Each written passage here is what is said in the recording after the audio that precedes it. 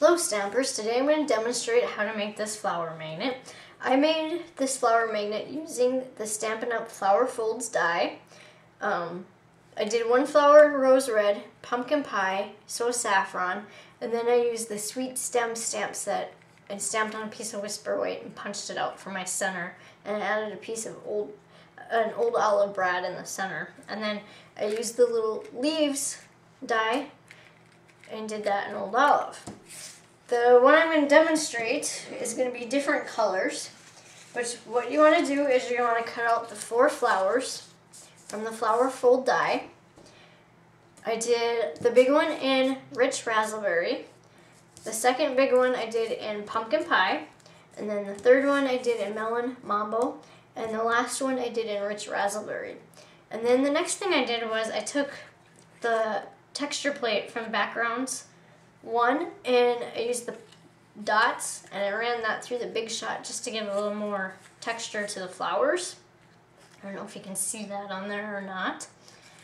Then the next thing I did was I sponged around the edges just to add a little more color, and I did that on the 3 pieces with the coordinating ink, and I thought I'd show you how to do it on the little one.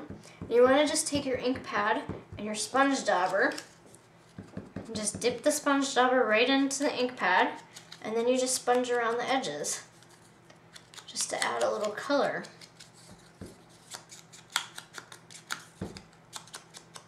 And the reason why I did this is once it's together, it kind of made the flower look a little more dimensional. It really made it pop a little more, I thought. And then I just took the sponge dauber and kind of ran it over the top of those little bumps on there from the texture plate.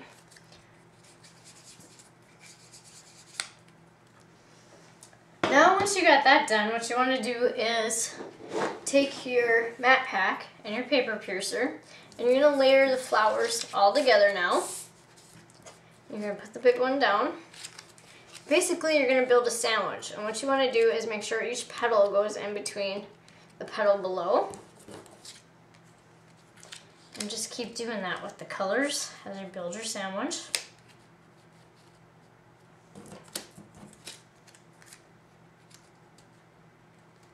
And once you got it set in place where you want it, instead of stamping an image, for this one I'm going to use one of our chocolate chip corduroy buttons.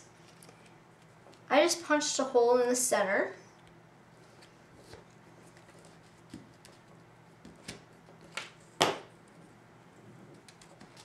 And if you really didn't want this to move anywhere before you punch the hole, you could add some snail adhesive between each flower if you wanted. Then you're just going to flip over the back part of the brad, so it's flat like that. And then the next thing you're going to want to do is you want to cut out 4 of these little leaves with our die. And you just take a glue dot, and I did mine in old olive again. And you just take a glue dot and put it right on the end of the stem. And then you're just going to slide it right down in there between the flowers.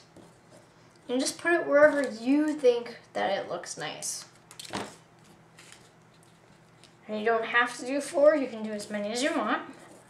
I just like the look of the 4 of them.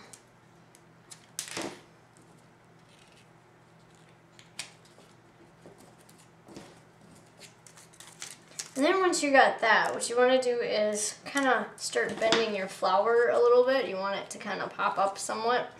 So what I did was I bent the bottom flower down like that. And it's pre-scored. The little petals are already pre-scored. And the top one, I bent that in.